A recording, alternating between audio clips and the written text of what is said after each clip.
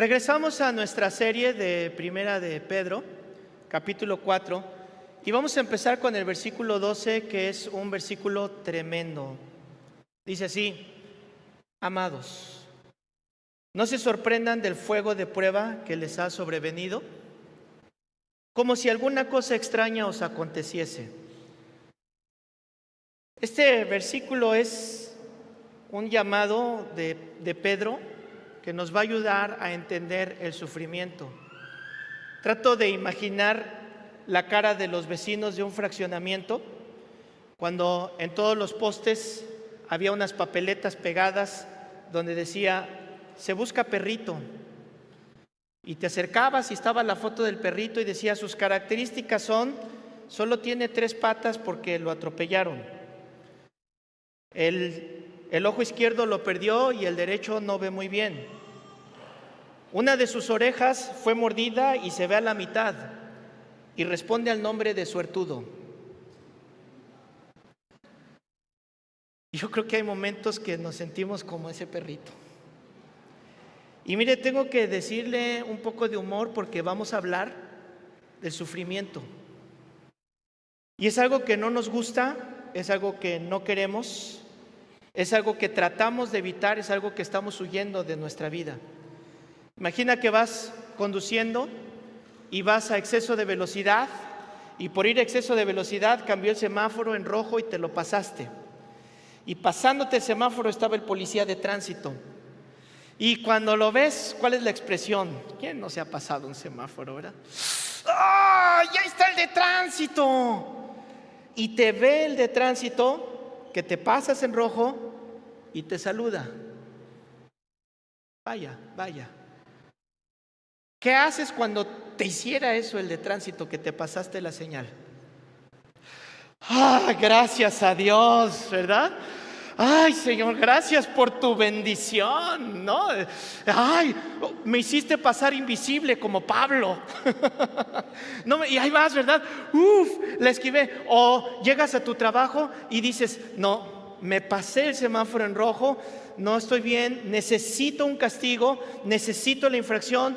No puedo estar tranquilo, voy a ir a la oficina de tránsito y voy a ir a confesar y voy a que me levanten mi infracción y doble por haber huido.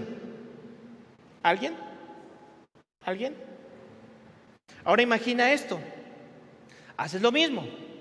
Te pasas el semáforo, pero esta vez el policía te ve y te detiene. Y cuando te detiene se da cuenta que no traes tu póliza de seguro. Y empieza a revisar y la infracción empieza a subir, a subir y a subir y a subir. ¿Cuáles son tus palabras cuando recibes la infracción?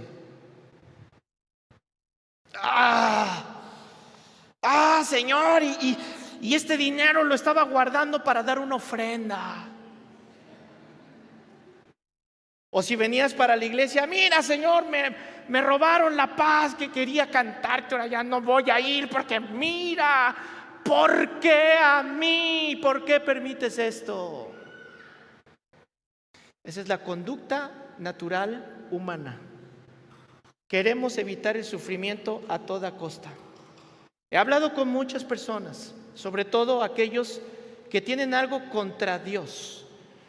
A veces no saben que tienen algo contra Dios porque ni cuenta se dan, pero me dicen expresiones como: ¿por qué, si Dios es tan bueno, permite el sufrimiento? ¿Por qué? ¿Por qué permite que haya sufrimiento? ¿Por qué permite las guerras? ¿Por qué la gente buena sufre?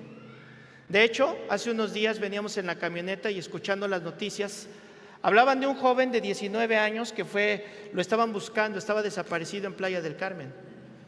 Cuando vimos la noticia, a mí, no sé ustedes, pero yo siempre, cuando veo algo, siempre voy y me imagino a mis hijos o me imagino a alguien de la iglesia que está así y pienso: ¿qué sentiría yo si fuera esta persona? O sea, el dolor como que se me va más arriba.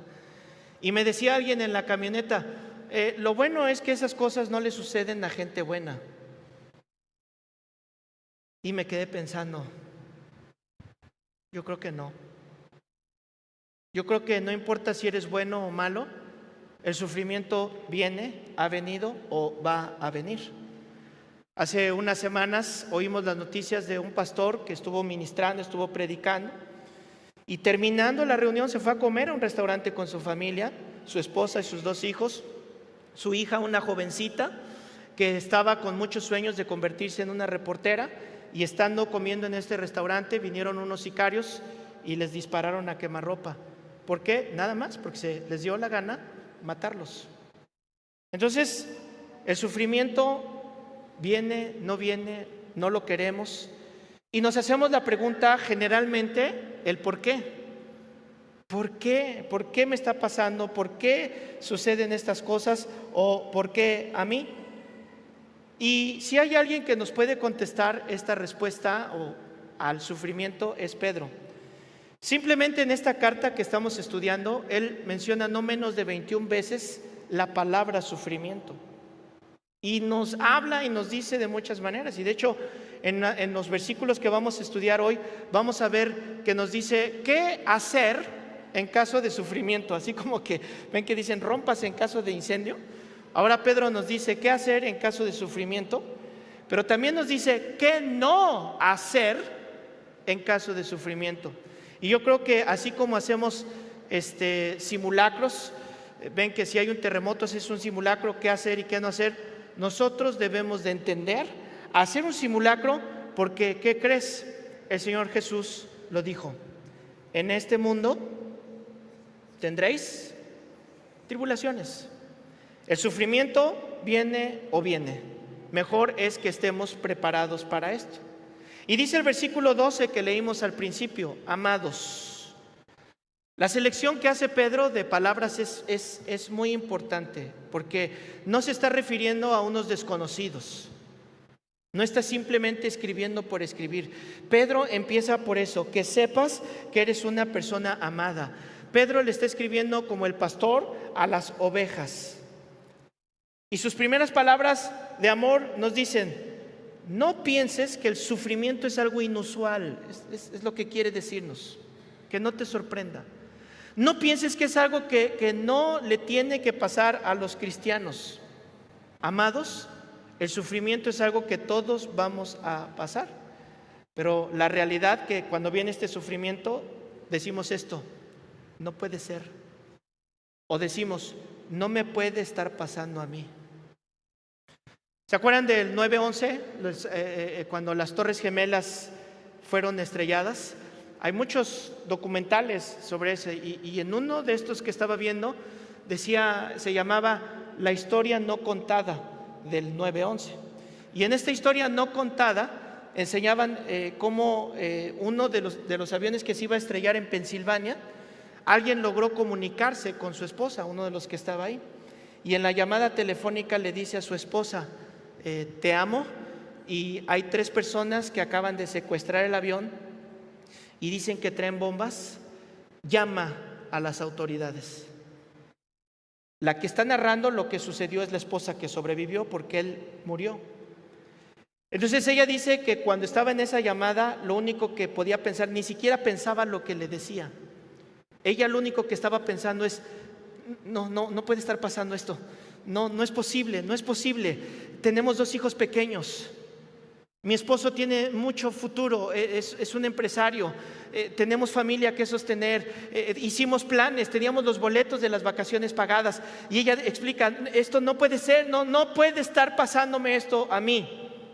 Pero le estaba pasando. ¿Qué hacer cuando viene eso? Y te preguntas por qué. Te voy a decir un axioma: el saber por qué no va a solucionar el problema. No va a solucionar el problema. Echar culpas no va a solucionar el problema. Y es lo primero que hacemos. ¿Por qué? ¿Por qué a mí? Imagínate que te respondan como dijo C.S. Lewis: ¿y por qué no? ¿Por qué no? Entonces, cuando el Señor Jesús se acercaron, y había un ciego de nacimiento, y se acercaron unos y le dijeron: ¿quién tuvo la culpa? ¿Por qué es así? ¿Por qué es ciego? Y si tú estudias, cuando le preguntaban a Jesús: ¿y por qué? ¿Y por qué? Él no contestaba los porqués. No les contestaba los porqués, pero siempre traía alivio a lo que estaban pasando. ¿De qué te sirve? ¿Por qué? ¿Por qué? ¿Por qué a mí? ¿Por qué a mí?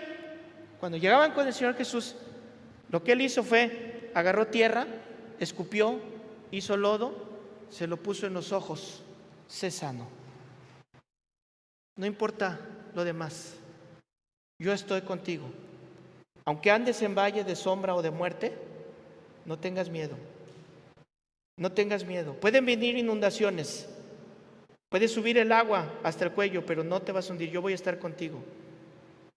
Puede venir lo que sea.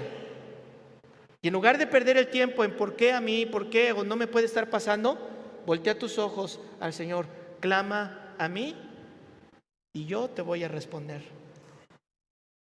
¿Qué es esto? Pedro le llama el fuego de prueba, el fuego de prueba.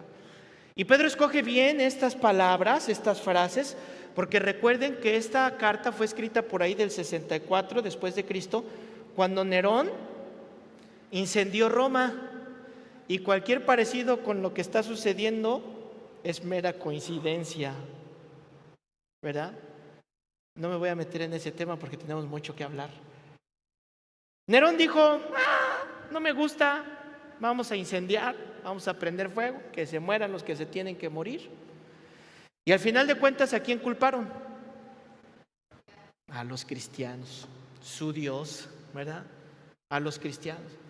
Y entonces, ¿qué es lo que hacían como castigo? Porque fue la culpa de los cristianos que se incendiara nuestra ciudad. Pues vamos a quemar a los cristianos. Y agarraban a los cristianos de esa época, les ponían unas telas como momias, les echaban unos aceites y los encendían como antorchas para que iluminaran la ciudad. Era el castigo justo por haber incendiado nuestra ciudad.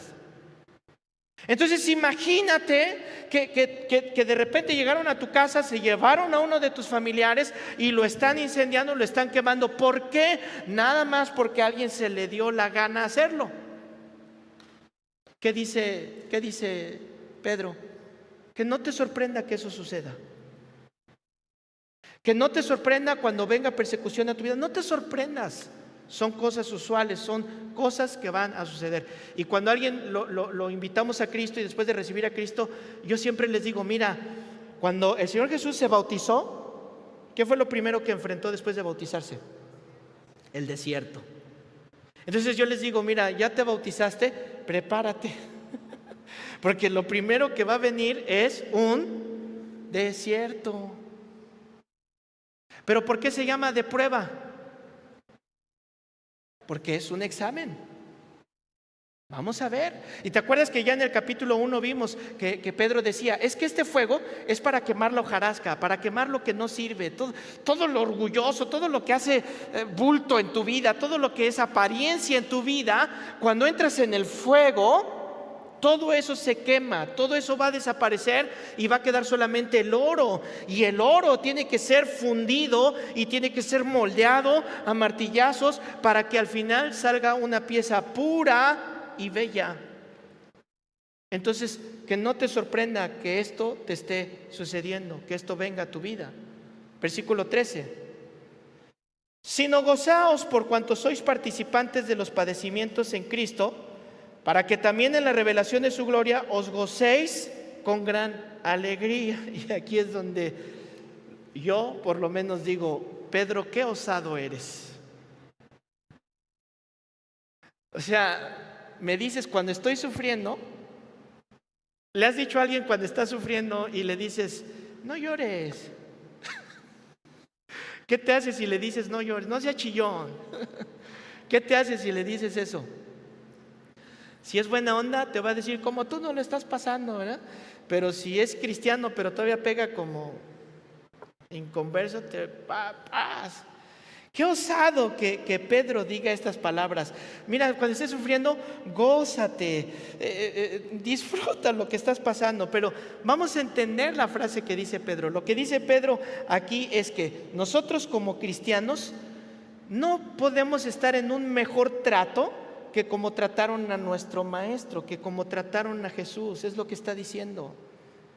Cuando vengan todas esas cosas, lo que va a hacer Pedro es subir el nivel del sufrimiento, y no que sufras más, sino que el sufrimiento puede ser algo honorable, algo honroso, algo que tú puedes portar con orgullo.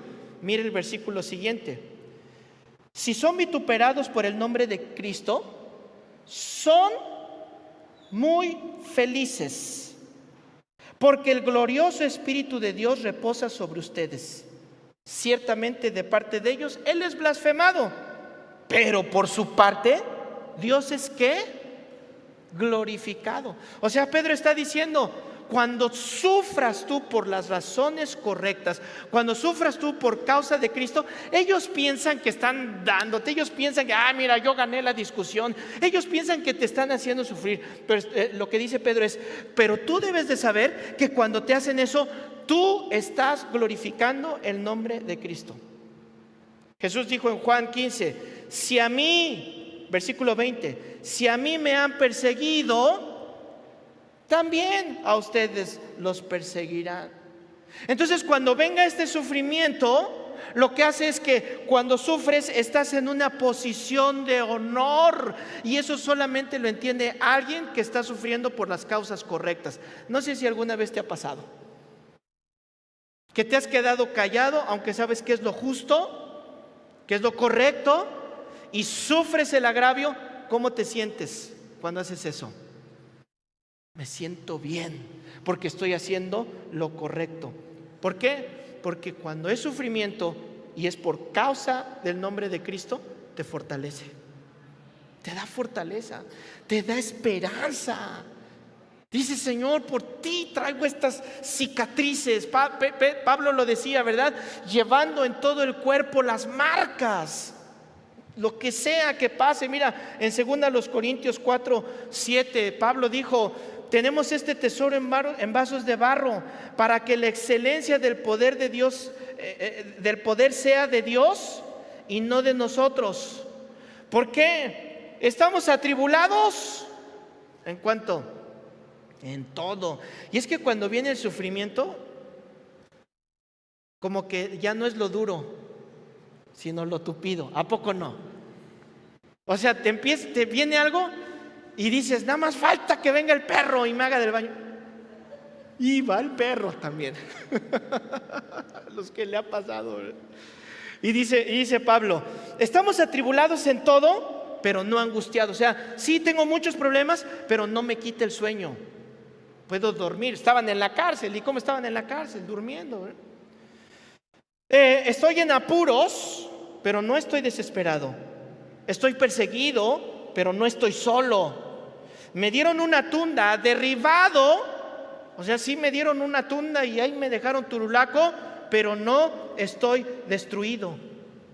Y entonces dice Pablo, llevando en todo el cuerpo siempre, por todas partes, la muerte de Jesús. O sea, su sufrimiento que tuvo en la cruz del Calvario. ¿Cómo crees que fue su sufrimiento?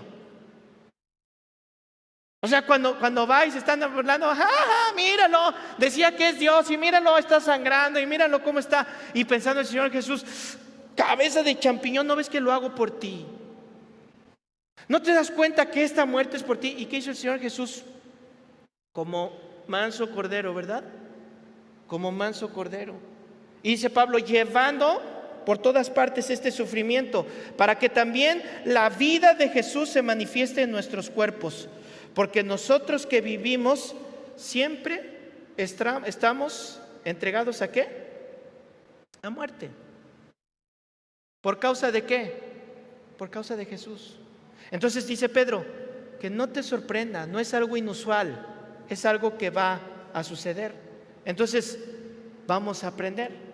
Para los que amamos a Dios, el fuego de prueba te purifica. ¿Qué hace el fuego de prueba? Te purifica. ¿Y qué hace cuando te purifica? A veces el sufrimiento te muestra fallas en tu carácter. Es que todos se fueron, todos me abandonaron. Mira, la mujer, los hijos no me hablan, hasta el perro. O sea, ¿no te das cuenta que eres tú con tu carácter quien nos está corriendo? ¿Qué hace el fuego de prueba? ¿Verdad? Te va mostrando. Dice Primera de Pedro, que lo leímos al principio, ¿verdad? Esta prueba produce fe, ¿verdad? Tienes que ser afligido para que como el oro se manifieste quién vas a ser. ¿Qué más hace el fuego de prueba? Te mantiene humilde. ¿Cómo ven? ¿Será que los sufrimientos nos mantengan humildes o no? Porque el humano tenemos la tendencia a ser orgullosos, a ser arrogantes, pero cuando viene el sufrimiento nos recuerda nuestras debilidades, nos recuerda nuestras limitaciones, nos recuerda nuestra dependencia de Dios, porque de repente, hablando con una persona, me decía, no, yo, si viene una enfermedad, tengo suficiente dinero en el banco para hacer esto y esto, y de repente en el banco, no sé si vieron por ahí en las noticias, una persona que le fue víctima de un fraude, perdió todo. Mira mi mansión, mis carros tengo aquí, mira, viene un fuego. ¿Y dónde está todo eso? En un abrir y cerrar de ojos. Entonces, cuando viene el sufrimiento, nos recuerda y nos mantiene humildes. Segunda a los Corintios 12:7 dice así: para que la grandeza de las revelaciones no me exaltase desmedidamente, me fue dado un aguijón en mi carne, un mensajero de Satanás que me abofetea. ¿Para qué? Para que no me enaltezca. Y Pablo tenía alguna dolencia física, y Pablo, que había hecho milagros, o sea, a través de sus manos Dios hizo grandes maravillas. Dice Pablo, yo le he pedido a Dios que me sane y no me sana. ¿Cómo creen que mantenía eso a Pablo? Humilde, ¿verdad? Dice Pablo, fui llevado al tercer cielo, no sé si físicamente o espiritualmente, ¿no? Y me mostró cosas que nadie sabe, pero entonces Dios dijo, te voy a mantener humilde. ¿Cómo? Con sufrimiento. Pero ¿cuál fue? Que no lo dejó solamente en sufrimiento, porque siempre el Señor da esperanza. Y le dice, pero mira, bástate mi gracia, verso 9, bástate mi gracia. Está diciendo, mi gracia es suficiente. ¿Qué es la gracia de Dios? Es eso que no te mereces. Ese don que no te mereces. Dios dice, bástate que yo sea el que supla, el que cubra, que yo sea el que haga. ¿Por qué? Porque en tu debilidad, cuando tú no puedes, cuando tú dices, Señor, no puedo, entonces dice Dios, entonces yo me fortalezco. Y mire que ahí somos miserables, porque yo he oído a personas que decir, ya no me queda más que confiar en Dios. Y entonces yo pienso, o sea, ¿qué no era al revés? Primero oro y confío en Dios y Él se encarga de darme todo lo demás. Pero ¿qué hacemos generalmente? Primero probamos de todo y cuando todo nos falló, ¿qué dicen? Ya no me queda nada más que Dios. Y digo, híjole, hermano, pues primera lección, aprende. Primero Dios, primero Él. ¿Alguno ha tenido su dosis de humildad alguna vez? Suspiremos profundamente, ¿verdad? Señor, sí, dependo de ti, solo tú, solo tu gracia. Para los que amamos a Dios, el fuego de prueba glorifica a Dios. Lo leímos, ¿verdad? Cuando tú eres metido a prueba, dice, para unos es blasfemia, pero para ustedes glorifican a Dios. En Hechos 16 hay una historia fascinante, a mí me encanta, porque Pablo y Silas fueron golpeados, fueron desnudados, o sea, fueron avergonzados, fueron arrestados, los metieron a un calabozo, en el calabozo les pusieron los cepos. Y ¿eso es sufrimiento o no es sufrimiento? Y agrégale, fue injusticia. O sea, injustamente les ha pasado todo esto. ¿Qué harías tú si injustamente te hacen algo? Cuando te corren injustamente del trabajo, cuando no te ascienden injustamente del trabajo, cuando estuviste involucrado en algún aspecto legal y la corrupción parece que ganó y tú tienes que pagar. ¿Qué haces cuando ellos injustamente son castigados? Bueno, honestamente lo normal es enojarse, es maldecir, y buscar los medios para que haya venganza, ¿verdad? Me vengaré aunque sea lo último que haga. Otros se deprimen y peor, aquellos que vienen una tristeza bien grande y que se suicidan, ¿no? Y por cierto, para los jóvenes, ya déjense de tanto adoctrinamiento de Disney y de Netflix. Ahora ya a todo le dicen estrés y el otro, ¿cómo se llama? Ansiedad. Es que sufro de ansiedad. Hijo, dale 2, 3, y no es ansiedad, ya, vámonos, ¿no? Pero sí hay quien tiene ansiedad, o sea, sí hay la ansiedad. No la menospreciamos, ¿verdad?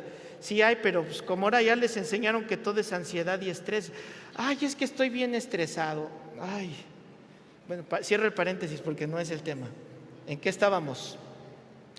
Cuando sufres injustamente, ¿verdad? ¿Y qué harías? Bueno, ¿qué hicieron ellos? Los meten al calabozo, Hechos 16, versículo 25. A medianoche, orando Pablo y Silas, ¿qué estaban haciendo? Hijo. Y es que yo veo solo estos 2 renglones y todo lo que veo ahí digo, a medianoche, ¿en serio a medianoche? ¿Qué es lo que tú estarías haciendo a medianoche? O sea, si acaso llorando, pero ¿no? A medianoche, y empezaron a cantar, alabaron a Dios.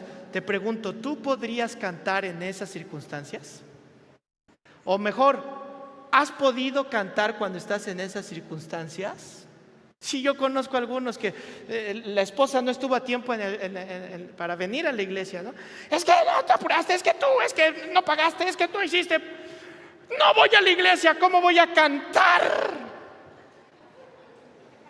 ¿Cómo me voy a presentar si mira, ya me manchaste mi ágape? Te voy a decir algo, cuanto más sufrimiento, cuanto más dolor, es más, cuanto más pecado, ven, es cuanto más tienes que venir. Y es cuando más no quieren venir. Entonces comparémonos con Pablo y Silas y con nuestros sufrimientos.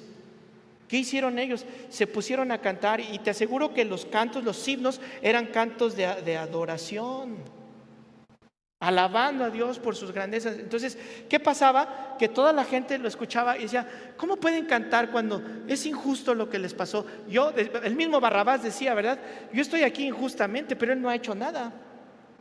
¿Cómo puedes cantar? ¿Cómo puedes seguir yendo a la iglesia? ¿Cómo puedes seguir leyendo? ¿Cómo puedes seguir dándole gracias a Dios cuando estás sufriendo? Entonces la gente está observando y cuando tú estás en medio del sufrimiento, pero tú alabas a Dios en medio del fuego de la prueba, estás glorificando a Dios porque la gente dice, ¡wow! Ese Dios que tienen es tremendo. Como Darío cuando metieron a Daniel en el foso de los leones, todos van a adorar al Dios de Daniel.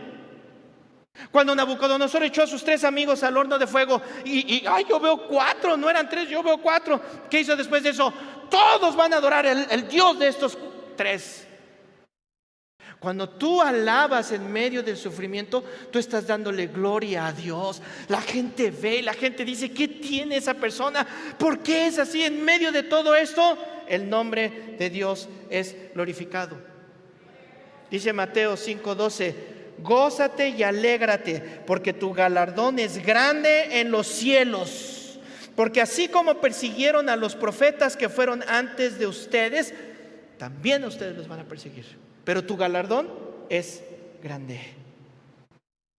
Ahora, ¿qué vamos a hacer cuando venga la prueba? Primero, no me voy a sorprender. ¿Verdad que no nos vamos a sorprender? Estemos preparados. Número 2, no temas.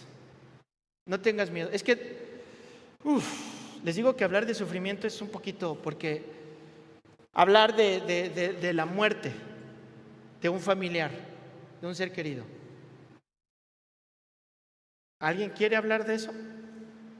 O sea, la boca se te haga chicharrón, ni lo digas. Hablar de separaciones en el matrimonio, divorcios, engaños, infidelidades. Es que la lista de sufrimiento es muy grande, es muy grande. Y realmente no queremos hablar de eso. Pero dice Pedro, mira, primero no te sorprendas de que venga, porque va a venir. Y cuando venga, no tengas miedo. No tengas miedo, porque yo estoy contigo, dice el Señor. Dice el Salmo 23, tu vara y tu cayado me infundirán aliento. Y cuando parezca que no se puede, bástate mi gracia. Mi gracia es suficiente. Vas a poder. En ese momento vas a poder. Ahorita no, porque no es tu momento. Pero cuando llegue, yo voy a estar contigo. Yo te voy a fortalecer. Yo voy a levantar tu cabeza. Yo voy a levantar tus brazos. Yo voy a estar contigo. Y venga lo que venga, no estarás sola. No estás sola. No estás solo. Es más, ministra a alguien que tenga cerca de ti y dile, no estás sola, mi hermana. No estás solo. El Señor está contigo. ¿Qué hacer cuando ese sufrimiento? Decía una frase muy famosa, escoge tus batallas. Escoge tus batallas. En este caso yo te diría, selecciona, sé selectivo en tu sufrimiento.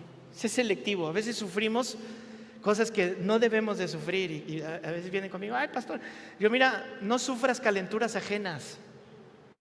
O sea, no sufras calenturas ajenas, hijo, esto no es tuyo. Sé selectivo en esto. Mira, versículo 15. Así que ninguno de vosotros padezca.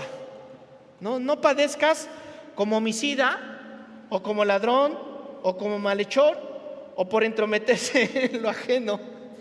¡Wow! Es interesante que en la lista de los asesinos y los ladrones, ¿quiénes están? Los chismosos. ¿No se te hace bien interesante eso? En el mismo nivel de los homicidas están los chismosos y las chismosas. Y dice Pedro, mira, que no te agarren por pasarte el semáforo. Que no sufras porque estás obrando mal. Que no sufras por estar de entrometido donde no te llamaron. Ahí están de metiches chismosos y pastor, ¿ya viste? No. Entonces debes de ser selectivo en el sufrimiento. No tienes que andar por todos lados. Es más, examina tu corazón y asegúrate que no estés sufriendo por causa de un pecado tuyo. Estás sufriendo por cosas que hay aquí y que hay acá. Asegúrate de eso. Verso 16. Pero si alguno padece como cristiano, no se avergüence, sino glorifique a Dios. Y esto es bien bonito porque solo en la Biblia solo 3 veces se usa la palabra cristiano. Solo 3 veces. Y esta es una de ellas. Y en ese tiempo, cristiano era una palabra despectiva. O sea, no era así como ahora, tú eres cristiano, soy cristiano, ¿verdad? No, en ese tiempo era despectivo. Ah, tú eres de esos cristianos, ¿verdad? Porque era el Cristo chiquito. O sea, como que se querían burlar de ellos. ¿Y qué hicieron? Pues tomaron esa palabra despectiva para sentirse orgulloso, que es lo que ahora conocemos como los cristianos. Entonces Pedro escoge muy bien sus palabras, ¿verdad? Si padeces, padece como cristiano. Y es que, hermano, a veces es bueno que te rías de tus defectos. Es bueno que no seas aprensivo con muchas cosas. Alguien dice algo y la tendencia humana es, lo dijo por mí, fue para mí. ¿Y por qué me hace? ¿Por qué y sufres? ¿No? Una vez cuando vivía en la jungla, salí a correr y había unos que estaban metidos en negocios turbios y pasaba corriendo y siempre los veía con unos camionetones, ¿no? Y como que ahí agarraba más fuerza para correr, no sé por qué. Entonces les caía mal y jalaron hacia sus secuaces y me gritaban en maya, pelón, pero para burlarse de mí, ¿no? Entonces, como yo traía audífonos, los escuchaba, pero me hacía como el que no escucho nada. Entonces un día me agarran por ahí por el parque para unas cosas y me quieren insultar diciéndome un montón de cosas y pelón. Y entonces, pues sí. Es que sí soy pelón. Y dice mi esposa que así le gusto. Es más, ella me ha dicho, no te dejes crecer el cabello, porque sí tengo un poquito por ahí. Y ella me ha dicho, no te dejes. Entonces, hay que tomar las cosas así, hermano. Si te dicen algo, tranquilo, tranquila, no sufras. No sufras. Vas a ver que se acaba el bullying cuando tú entiendes que se te resbala con la unción. ¿Cuántos tienen la unción del Señor? Pues que se te resbale. No. Glorifique, hermano, dele fuerte al Señor. Bendito Dios. Gracias.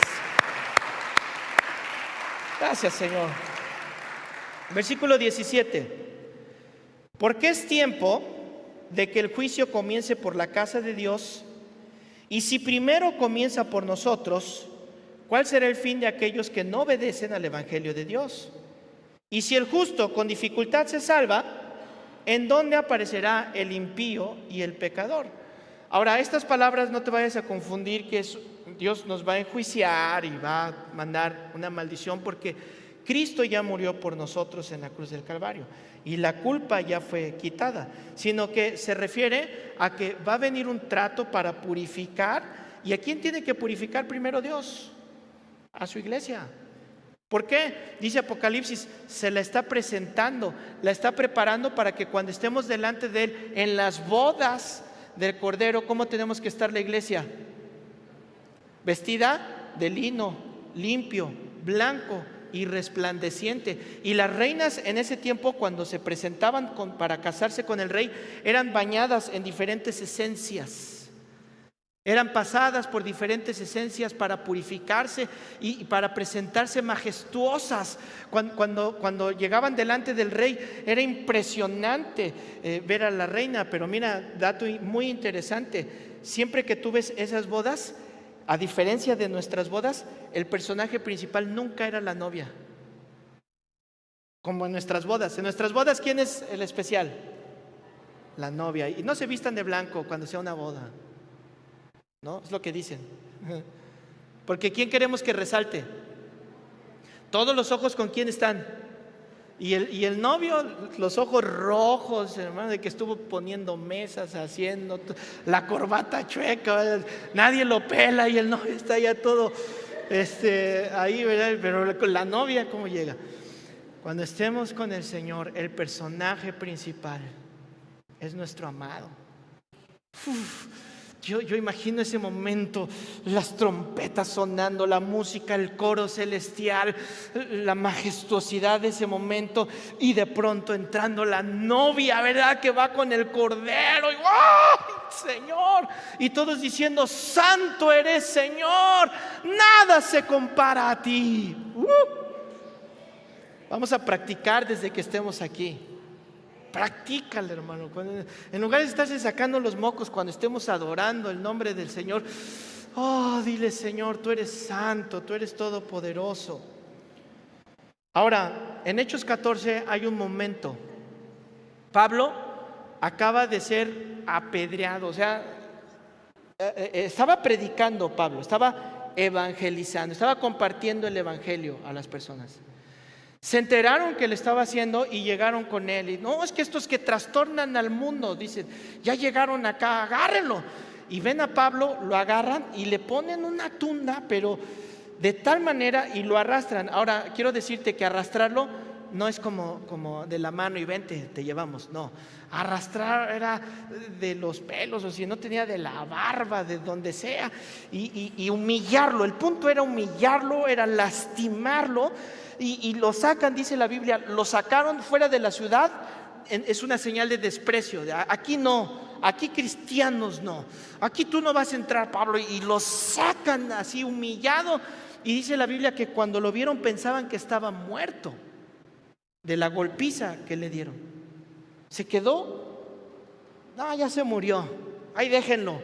Y no enterrar a alguien era también una señal de humillación.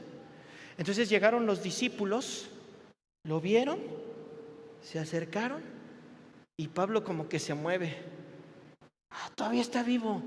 ayúdame, ayúdame. Y lo paran a Pablo. Y todo. Imagínense, hermano, alguien le han dado una, bueno, a ustedes no, pero ha visto cómo. Y se para así todo golpeado, todo lastimado. Y les dice, ¿en qué parte del sermón me quedé? Vamos a que termine. Y léalo, hermano. Hechos 14. Y se regresa a terminar el sermón que estaba dando. Así todo. Yo creo que estaba así en el púlpito, ¿verdad? Les regresa a terminar de compartir. Verso 22. ¿Cómo crees que estaría Pablo? Bueno, ¿cómo estarías tú si fueras Pablo? Seamos honestos, seamos honestos. ¿Cómo? No, con honestidad, porque hay unos que el sábado chambearon un poquito más. Ay, no, trabajé mucho, no, me duele, no, el domingo no voy a ir, me lo merezco, me duele. Hoy ando con todo, ¿verdad? Le dije que tenía que suavizar un poquito este tema, ¿no? Verso 22 les dice así, confirmando los ánimos de los discípulos. O sea, les fue a dar ánimos. Después de estar como estaba, les va a dar ánimos. Y los exhorta. ¿A qué? A que permanezcan en la fe. ¿Cómo no le voy a hacer caso a Pablo cuando veo que está atolondrado, como derribado, pero puesto de pie? De todo tiene, y viene y me dice, hermanos, ustedes permanezcan fieles, no se desanimen, y más cuando vean que son los últimos tiempos, no dejes de congregarte. Ay, hermano, yo creo que estamos en los tiempos finales. Y les dice Pablo, es necesario que a través de muchas tribulaciones. No te desanimes. No te desanimes. Es necesario. Son necesarias. Es necesario que entremos en el reino de Dios. No quiere decir que vas a hacer obras. No quiere decir que por obras te vas a ganar un cachito, tu terrenito en el reino de los cielos. No quiere decir eso. Nos está hablando de ese proceso de purificación que debemos de tener. Y mira, si tú estás pensando, no, yo así no quiero ser cristiano. No, hombre, los cristianos, sufrimiento, ¿qué crees? Es para todos, todos. La diferencia es que nosotros no estamos solos. No te sorprendas, no temas, sé selectivo y por último, sé sensible. Sé sensible. Verso 19. De modo que, este es un cambio en la historia, vamos a hacer un cambio. De modo que los que padecen, ¿según qué? ¿Según qué? A ver, dígalo fuerte. ¿Según qué? Miren, solo esta frase echa abajo el evangelio de la prosperidad. Solo esta frase. Echa abajo el evangelio de yo anuncio, yo decreto, yo soy Juan Camané y yo digo aquí lo que se hace. Echa por tierra el evangelio de si no traes billetes en tu cartera, si no te vistes, si no tienes, tú eres un pecador, hijo del diablo. Esto lo echa por tierra. Echa por tierra el evangelio de declaraciones positivas. Hermanos, el sufrimiento es para todos. Y viene y va a venir. Me decía una vez uno, no, pastor, no, mira, vamos a predicarle a fulano porque este es empresario de influencia. O sea, a él le predicamos y al pobre no. A él no le predicamos porque él no tiene dinero, porque él no tiene influencia, entonces no le predico. No, es que nuestro ministerio de evangelismo está dedicado a los empresarios y universitarios porque ellos son los que cambian el mundo. Y entonces ellos no. El evangelio lo predicamos a todos. A todos. Y así dice Pablo, así como tratas al que tiene mucho dinero, también trata bien al que no tiene dinero. Ese es el evangelio de Dios. Y miren lo que nos dice. Verso 19. Encomienden sus almas al fiel Creador y hagan el bien. ¿Qué debo de hacer cuando venga el sufrimiento? Encomienda a Jehová tu camino. Encomendar es un término bancario. Significa cuando tú pones, cuando tú metes en el banco tu dinero, ¿verdad? ¿Y qué le dices al banquero?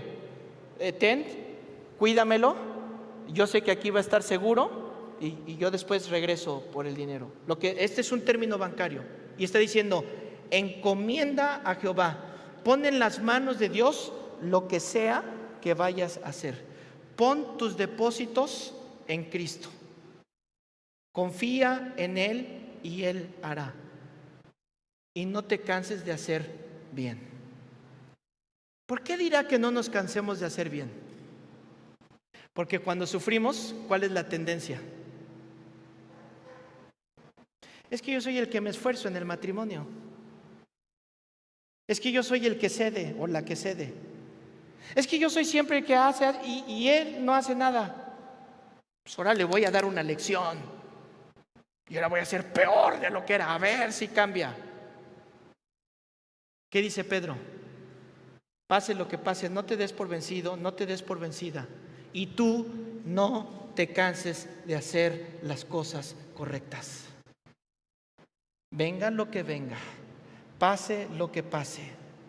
Verso 10. Ya es el último verso, ¿verdad? Romanos 8:18. Vamos a terminar leyendo. Romanos 8:18. Quiero que lo tenga para que lo lea conmigo. ¿Lo tiene? Pues tengo por cierto que las aflicciones del tiempo presente no son comparables con la gloria venidera que en nosotros ha de manifestarse.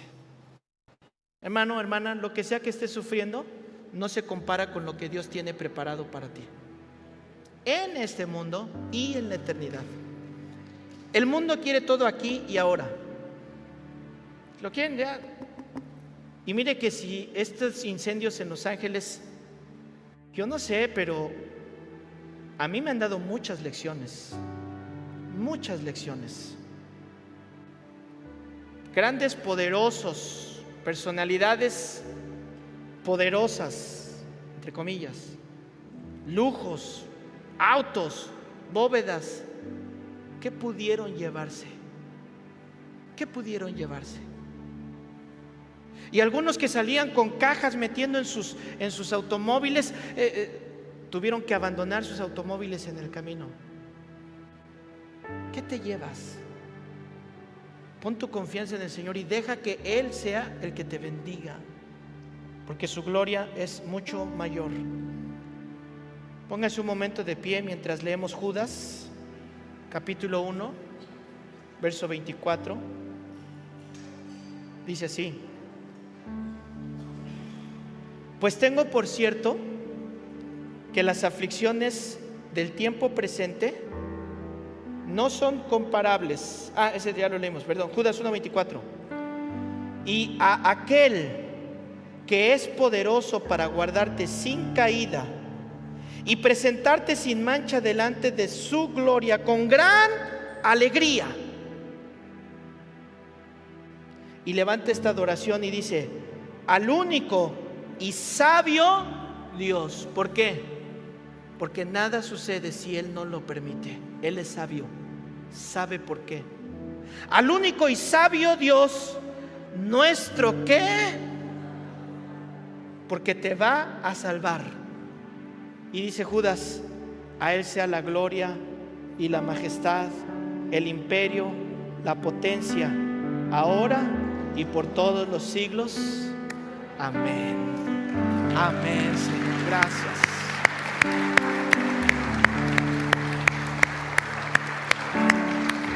Gracias, Señor. Gracias, Señor. Gracias, Señor.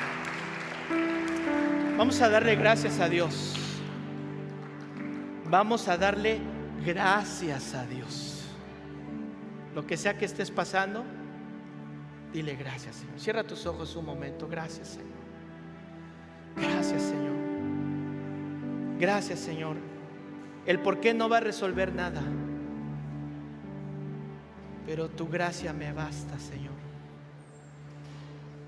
Tu gracia me basta, Señor. Oh, solo tú, Señor, eres perfecto, eres inigualable, Señor. Nadie hay como tú. Abre tu corazón con confianza. Dile lo que estás sintiendo, dile lo que estás pasando, dile lo que estás sufriendo.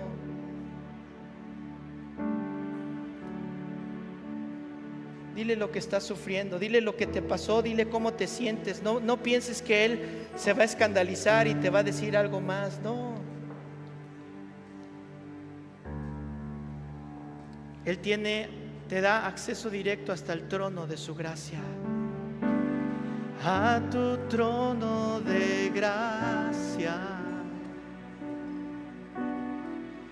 me acercaré con confianza.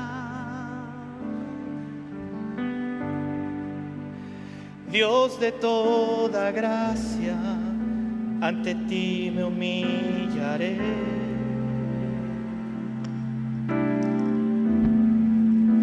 Cuando mis debilidades quebrantan mi corazón,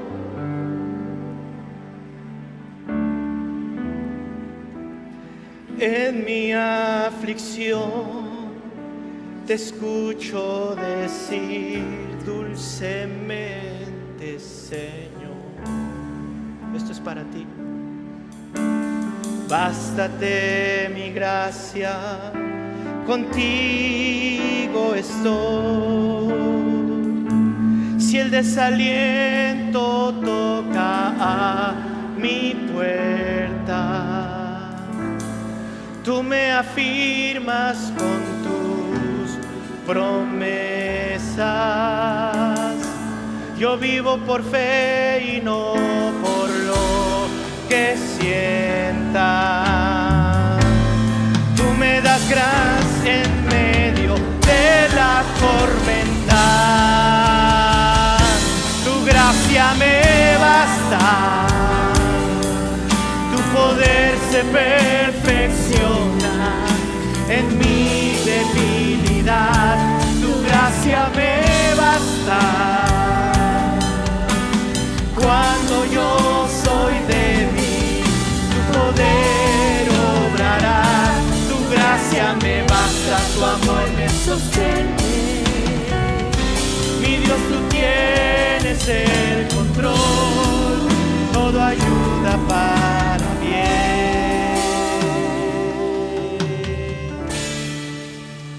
Yo descanso en ti.